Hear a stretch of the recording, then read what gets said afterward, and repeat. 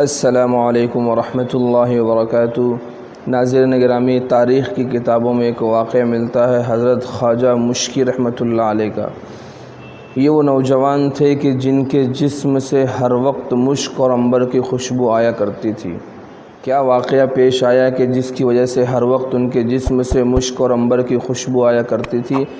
آج اسی واقعے کو میں آپ کے سامنے پیش کروں گا کہ انہوں نے کون سا ایسا گناہ کرنے سے اپنے آپ کو بچایا جس کی وجہ سے اللہ نے اتنا بڑا ان کو انعام دنیا میں عطا فرمایا کہ ہر وقت ان کے جسم سے مشک اور عنبر کی خوشبو آیا کرتی تھی۔ اور اس واقعے کے ذریعے ہمیں کیا عبرت اور سبق حاصل کرنا ہے وہ بھی آپ کو میں بتاؤں گا انشاءاللہ۔ اس لیے تمام ناظرین سے گزارش ہے کہ اس واقعے کو پورا سنیں تاکہ ہمیں اس سے کچھ نصیحت حاصل ہو سکے۔ ناظرین گرامی، یہ واقعہ بصرہ میں پیش آیا تھا کہ بصرہ کے بازار میں ایک شخص رہتا تھا جس کی چھوٹی موٹی دکان تھی۔ دکان پہ وہ اپنے بیٹے کے ساتھ تجارت کیا کرتا تھا۔ ایک دفعہ کا واقعہ ہے کہ ایک بوڑھی شخص آئی اور اس کی دکان سے اس نے کچھ سامان خریدا، اور وہ سامان اتنا زیادہ تھا کہ وہ اکیلے اٹھا نہیں سکتی تھی۔ تو اس نے اس دکاندار سے کہا کہ اپنے بچے کو میرے ساتھ بھیج دو تاکہ وہ اس سامان کو میرے گھر تک پہنچا دے، پھر اس کے بعد وہ اپنی دکان پر لوٹ آئے گا۔ باپ نے بیٹے سے کہا کہ ان کا سامان ان کے گھر تک پہنچا دو۔ اس نوجوان نے وہ سامان کا گٹھرا اٹھایا اور اس کو اس کے گھر لے جا کر پہنچا دیا۔ جب وہ اس کے گھر میں داخل ہوا ہے تو اندر داخل ہوتے ہی اس بوڑھی عورت نے دروازے کو بند کر دیا۔ نوجوان نے دیکھا کہ ایک طرف ایک پلنگ پر اور ایک مسیری پر ایک خوبصورت حسین و جمیل عورت بیٹھی ہوئی ہے اور وہ اس کو گناہ کی طرف بلا رہی ہے، اور جہاں وہ عورت حسین و جمیل تھی وہیں یہ نوجوان بھی الحمدللہ کافی حسین و جمیل اور خوبصورت تھا۔ اس کی وجہ سے اس عورت کی نیت گڑبڑ ہو گئی اور اس نے اس سے گناہ کا اظہار کیا، اور اس نے کہا کہ اگر تم نے میرے ساتھ یہ کام نہیں کیا تو میں پورے محلے میں شور مچا دوں گی کہ اس لڑکے نے میرے ساتھ غلط کام کیا ہے۔ اب وہ بیچارہ پریشان کہ میں کیا کروں، وہ اس حالت میں وہاں کھڑا تھا کہ اسے کچھ سمجھ میں نہیں آ رہا تھا وہ کس طرح یہاں سے بھاگے۔ اگر یہاں سے بھاگنے کی کوشش کرتا ہے تو محلے والوں کو وہ بتا کر میری بدنامی کرے گی۔ وہ دل ہی دل میں اللہ سے یہ طلب کر رہا کہ یا اللہ کوئی راستہ پیدا فرما۔ آخرکار اس کے ذہن میں ایک بات سوجی اور اس نے اس سے کہا کہ مجھے قضائے حاجت کی ضرورت ہے، مجھے بیت الخلاء جانا ہے۔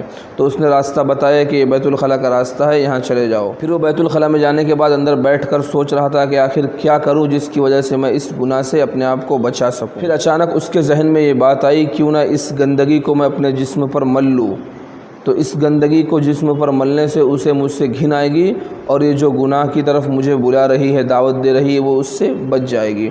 تو اس نے وہ جو قضائے حاجت اس نے کیا تھا، جو گندگی اس نے کی تھی، اس گندگی کو اٹھایا، اس پائخانے کو اٹھا کر اپنے پورے جسم پر، اپنے ہاتھ پر، اپنے بدن پر پورا مل لیا اور اسی طرح وہ باہر نکل آیا۔ اب جب وہ باہر نکلا ہے تو اس گندگی کی بدبو پورے گھر میں پھیلنا شروع ہو گئی۔ اس لڑکی نے کہا کہ اس کو باہر نکالو، یہ تو مجنون ہو گیا ہے، دیوانہ ہو گیا، یہ پاگل ہو گیا ہے، یہ تو میں اسے بہت اچھا سمجھتی تھی لیکن یہ تو اتنا گندی سوچ کا ہے کہ اس نے گندگی اپنے جسم پر مل لی ہے۔ اس کو فوراً وہاں سے باہر نکال دیا گیا۔ اب جب وہ باہر نکلا ہے تو اس کے جیب میں 2 دینار تھے، اس نے اس سے صابن خریدا اور ایک نہر پر جا کر پہلے اپنے کپڑوں کو دھویا، پھر اپنے جسم کو دھویا پاک صاف کر کے، پھر وہ اپنی کلاس میں یعنی کہ جہاں وہ روزانہ استاد کے پاس سبق پڑھنے جاتا تھا وہاں پہنچ گیا، اور اس کو جانے میں کافی تاخیر بھی ہو چکی تھی، اس لیے وہ بالکل پیچھے جا کر بیٹھا۔ اس کے بیٹھتے ہی اچانک پوری کلاس میں، پوری درسگاہ میں خوشبو پھیل گئی۔ استاد نے کہا کہ آج کس نے مشک و عنبر لگا کر آیا ہے کہ جس کی وجہ سے پوری کلاس میں خوشبو پھیل گئی ہے۔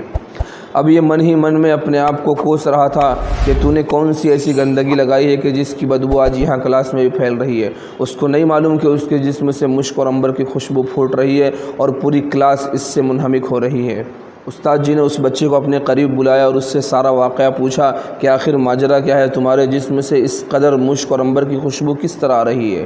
اس کی آنکھوں سے آنسو بہہ پڑے اور وہ رونے لگا، اور اس نے اپنا پورا واقعہ سنایا کہ میرے ساتھ یہ واقعہ پیش آیا تھا اور میں نے اپنے جسم پر کوئی عطر یا مشک اور عنبر کی خوشبو نہیں لگائی ہے، بلکہ میں نے اپنے جسم پر تو گندگی لگائی تھی۔ ہو سکتا ہے اللہ کو میری یہ ادا پسند آئی ہو اور اللہ نے اس بدبو کو خوشبو میں تبدیل کر دیا۔ تو استاد محترم نے فرمایا کہ یقیناً یہ اللہ کا ہی فضل و کرم ہے کہ تم نے گناہ سے بچنے کے لیے اپنے جسم پر گندگی لگائی، اللہ نے اس گندگی کو تمہارے جسم میں خوشبو سے تبدیل کر دیا، اور یہ ایسی خوشبو اللہ نے ان کو عطا کی تھی کہ پوری زندگی ان کے جسم سے مشک اور عنبر کی خوشبو آتی تھی۔ وہ جس گلی سے اور جس راستے سے گزر جاتے تھے لوگوں کو پتہ چل جاتا تھا کہ یہاں سے حضرت خواجہ مشکی رحمۃ اللہ علیہ گزرے ہیں۔ تو ناظرین گرامی، انہوں نے اپنے آپ کو ایک غلیظ ترین گناہ سے بچانے کے لیے ایک یہ قدم اٹھایا۔ اگر ہم اس کو سوچیں تو ہمیں دیکھ کر گھن محسوس ہوتی ہے کہ بھلا کوئی انسان اپنے جسم پر بھی غلاظت لگا سکتا ہے، گندگی لگا سکتا ہے، لیکن جس گناہ کی طرف وہ عورت اسے بلا رہی تھی اس گناہ سے لاکھ درجہ بہتر یہ کام تھا جو اس نے کیا، اور اس گناہ سے بچنے کی بدولت اللہ تعالیٰ نے ان کو دنیا میں اتنا بڑا انعام عطا کیا کہ پوری زندگی ان کے جسم سے مشک اور عنبر کی خوشبو آتی رہی۔ تو ناظرین گرامی، اس واقعے سے ہمیں یہ سبق ملتا ہے کہ ہمارے اندر اللہ کا خوف، اس کا ڈر اور خشیت الہی پیدا ہو جائے، جس طرح اس نوجوان کے اندر اللہ کا ڈر اور خوف تھا کہ اس کو بارہا اس خوبصورت عورت نے اپنی طرف بلایا، اپنی خواہش پوری کرنے کے لیے بلایا، لیکن اللہ کے ڈر اور اس کے خوف کی وجہ سے وہ بالکل بھی اس کی طرف راغب نہیں ہوا، اور اس نے اس گناہ سے بچنے کے لیے اپنے اوپر گندگی تو مل لی لیکن اس گناہ کے قریب بالکل بھی نہیں گیا۔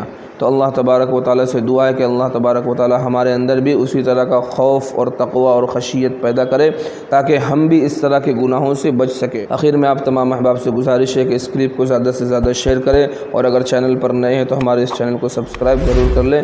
السلام علیکم ورحمۃ اللہ وبرکاتہ۔